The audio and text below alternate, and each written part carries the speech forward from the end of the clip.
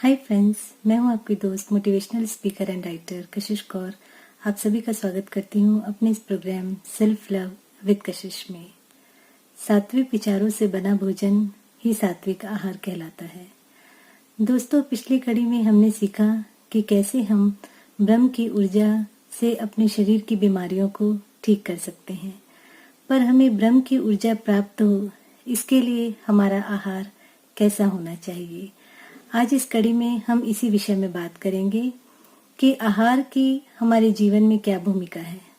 हम सभी जानते हैं कि हमें भोजन से ही ऊर्जा प्राप्त होती है। यह ऊर्जा सकारात्मक भी होती है और नकारात्मक भी होती है, क्योंकि कहा ही जाता है कि जैसा होवे अन्न वैसा होवे मन। यह कहावत प्रचलित है। इसका कारण ये है कि हम जो भोजन करते हैं और उस भोजन से जो हमें ऊर्जा प्राप्त होती है, उसी ऊर्जा से ही हम अपने सारे कार्यों को पूर्ण करते हैं और उसी ऊर्जा से ही हमारा मन सकारात्मक भी होता है और नकारात्मक भाव में भी रहता है। अब हमें यह समझना है कि हमें भोजन करना कैसा है। दोस्तों, हम सभी जानते हैं कि जब भी भोजन को प्रसाद के रूप में तैयार किया जाता है, हम देखते हैं कि जितने भी धार्मिक स्थलों में जब हम प्रसाद के रूप में भोजन को ग्रहण करते हैं तो हमें एक आत्मिक शांति का भी अनुभव होता है। हमारे अपने आप भाव उस प्रसाद के लिए सकारात्मक रूप में परिवर्तित हो जाते हैं। उसका कारण क्या है? क्योंकि जब वह प्रसाद तैयार किया जा रहा होता है तब उस समय हम उसकी शुद्धता का विशेष ध्यान रखते हैं। सिर्फ शुद्धता ही नहीं, हमारे विचारों की शुद्धता का भी बहुत ध्यान रखा जाता है। कई बार गुरुमंत्र का जाप हो रहा होता है या गुरबाणी पढ़ी जा रही होती है, कीर्तन किया जा रहा होता है। प्रसाद बनाते वक्त जो इंसान उस प्रसाद को तैयार कर रहा होता है, उसका मनोभाव बहुत ही चैतन्य होता है। इसलिए जब वह प्रसाद तैयार हो जाता है तो हमारा भाव अपने आप जब उस प्रसाद को ग्रहण करता है तो वो उस भाव को ग्रहण करता है। इसमें यही बात समझने वाली बात है कि भोजन वही है, पर भोजन के साथ जो भाव जुड़ा है, हमने उस भाव को ग्रहण किया है। इसीलिए उस प्रसाद को ग्रहण करते ही हमारे मन में शांति का अनुभव होता है। यह तो हुआ धार्मिक स्थलों में तैयार हुए प्रसाद की बात। अब जब हम घर पे भोजन तैयार कर रहे हैं तो ये हमारा फर्ज बनता है कि जब भी हम भोजन तैयार करें, हमारा भाव इतना ही शुद्ध रखें। क्योंकि हमारे परिवार के जो लोग हैं, जब हम उन्हें भोजन करवा रहे हैं तो अगर हमारे मन का भाव इतना ही ऊंचा पहुंच जाए कि परिवार में रहने वाला हर एक जीव ईश्वर का ही रूप है, मैं स्वयं भी ईश्वर का ही रूप हूँ, तो मुझे भोजन कैसा करना चाहिए। तो जब भोजन घर पे तैयार हो, उस समय बनाते वक्त हमारा भाव बहुत शुद्ध हो और हम बहुत प्रेम प्यार से जब भोजन पकाते हैं तो ग्रहण करने वाले को आत्मिक शांति का अनुभव अवश्य होता है। सिर्फ हमारे प्रेम की वजह से ही उस भोजन की ऊर्जा में परिवर्तन आ जाता है। इसके साथ में हमें आहार सात्विक ही ग्रहण करना चाहिए। हमेशा कहा जाता है कि शाकाहार जो भोजन होता है वह हमारे शरीर के लिए सबसे उत्तम है, क्योंकि हमारे शरीर की जो रचना हुई है वह इसी तरीके से हुई है कि हम अगर शाकाहार आहार ग्रहण करते हैं तो हमारे शरीर में पाचन आसानी से होता है, और जबकि जो जीव मांस का आहार करते हैं उनके शरीर की रचना अलग हुई है। तो हमें समझना होगा कि हमें अपने शरीर की रचना के अनुसार ही आहार को ग्रहण करना चाहिए। ईश्वर ने जितने भी आहार शाकाहार के रूप में जो हमें दिए हैं, जब हम उन आहारों को बहुत ध्यान से देखते हैं तो हम देखेंगे कि वह सारे आहार पौष्टिक गुणों से भरपूर तो है ही। उसमें वो सारे तत्व हैं जो इस शरीर को चाहिए, चाहे कार्बोहाइड्रेट चाहिए, चाहे प्रोटीन चाहिए, चाहे विटामिन चाहिए। जब हम देखते हैं कि सारे तत्व उसमें शाकाहार आहार में ऑलरेडी परमात्मा ने दिए हैं, क्योंकि इस शरीर की रचना के अनुसार ही उसका आहार बनाया गया है।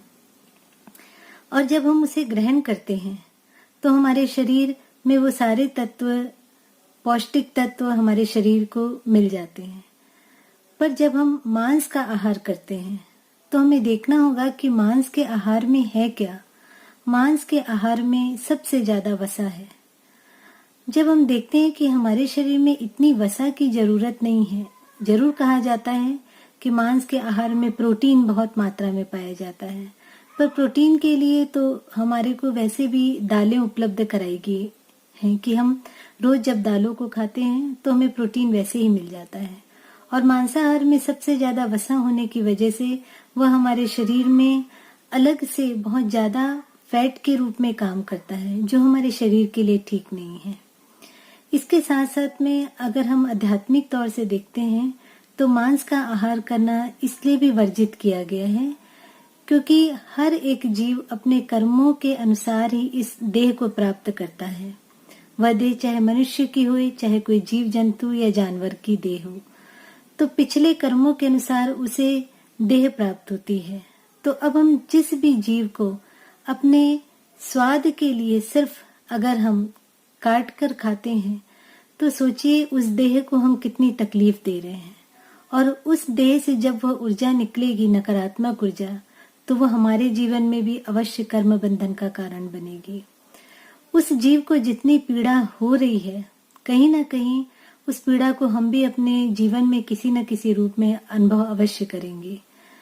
इसलिए हमें समझना है कि हर एक जीव जंतु को स्वतंत्रता से हमें जीने देना है।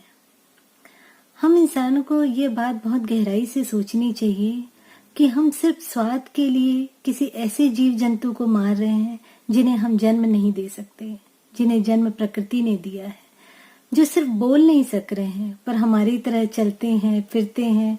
उनके भी प्यारे छोटे छोटे बच्चे होते हैं, वह भी प्रकृति में अपनी अहम भूमिका निभा रहे हैं। और हम जब उन्हें अपने स्वाद के लिए काट कर खाते हैं तो सोचिए हम प्रकृति में निभाते हुए उनकी भूमिका को भी हम बीच से तोड़ रहे हैं। कहीं ना कहीं हम बंधन के रूप में हैं कि हम उस जीव को उसके कार्य नहीं करने देते। उस जीव को उसके पिछले कर्मों के अनुसार जो भी देह मिली है, हम उसको उसके कर्म बंधन से भी आजाद नहीं होने देते, क्योंकि बीच में ही हम उस जीव को काट कर खाने से उसे उसके कर्मों से मुक्त होने ही नहीं देते। तो कहीं ना कोई है हम कैसे कर्मों का निर्माण कर रहे हैं, हमें यह सोचना पड़ेगा। इसके साथ साथ हमें यह भी देखना है कि जब प्रकृति ने जितना भी शाकाहार बनाया है, आप देखिए अगर उस आहार को हम ना भी पकाएं, चाहे कोई साग सब्जी हो, चाहे कोई दालें हो, चाहे कोई फल हो जिन्हें हम पका पका कर खाते हैं, अगर हम उन्हें ना भी पकाएं और उन्हें सिर्फ कच्चा ही खा लें, तब भी वह इतनी हमें शक्ति देते हैं और उनमें इतनी प्राकृतिक मिठास है कि हमें जरूरत नहीं महसूस होगी कि हम सही में उन्हें पका कर खाएं। पर हमने अपनी आदत ऐसे बना ली है, इसलिए हम मुख्यतः भोजन को पकाकर ही खाते हैं। पर इसके साथ यह देखिए कि मांस का जो आहार है, क्या आप उसे कच्चा खा सकते हैं बिना पकाए? क्या उसमें वो मिठास है जैसे एक प्रकृति ने जो हमें फल फूल दिए हैं कच्चा खाने के लिए, उनमें जो मिठास है, क्या वो मांस के आहार में है? सोचिए, क्या आप कच्चा मांस खा सकते हैं? जिस दिन आपके मन में यह बात उठ गई कि सच में आप कच्चा मांस नहीं खा सकते, इसका मतलब यह आहार हमारे लिए नहीं बना है। तो हमें अगर अपनी आध्यात्मिक उन्नति करनी है, अपने शरीर को सही विकास देना है, अपने मन के विचारों को बहुत सात्विक रखना है, तो हमें मांस का आहार नहीं करना है। हर धर्म ग्रंथ हमें यही सिखाता है कि हर जीव में परमात्मा है। इस पूरी खालक में वह ईश्वर समाहित है। तो हम हर जीव जंतुओं को उनकी स्वतंत्रता के अनुसार उन्हें जीने दे, और हमें जो प्रकृति ने हमारे शरीर के अनुसार जो चीजें दी हैं, हमें उसे वह खाना है। हमें इतनी करुणा सबसे पहले अपने लिए, फिर सारे जीवों के लिए रखनी है। क्योंकि जब हम अपने प्रति करुणा से भरेंगे और हमें समझ में आएगा कि हमारा शरीर बहुत ही अनमोल शरीर है, क्योंकि इसी में सृष्टि का कर्ता विराजमान है, और उसे जानने के लिए, ब्रह्म की ऊर्जा को प्राप्त करने के लिए हमारे विचारों के साथ साथ हमारे आहार का भी सात्विक होना जरूरी है। इसके साथ साथ ऐसा आहार जो हम आंखों के द्वारा ग्रहण करते हैं, कानों के द्वारा ग्रहण करते हैं, उस आहार पर भी ध्यान करना होगा कि हम आंखों से क्या देख रहे हैं और कानों से क्या सुन रहे हैं। हर इस चीज के लिए हमें बहुत ज्यादा जागरूक होना होगा।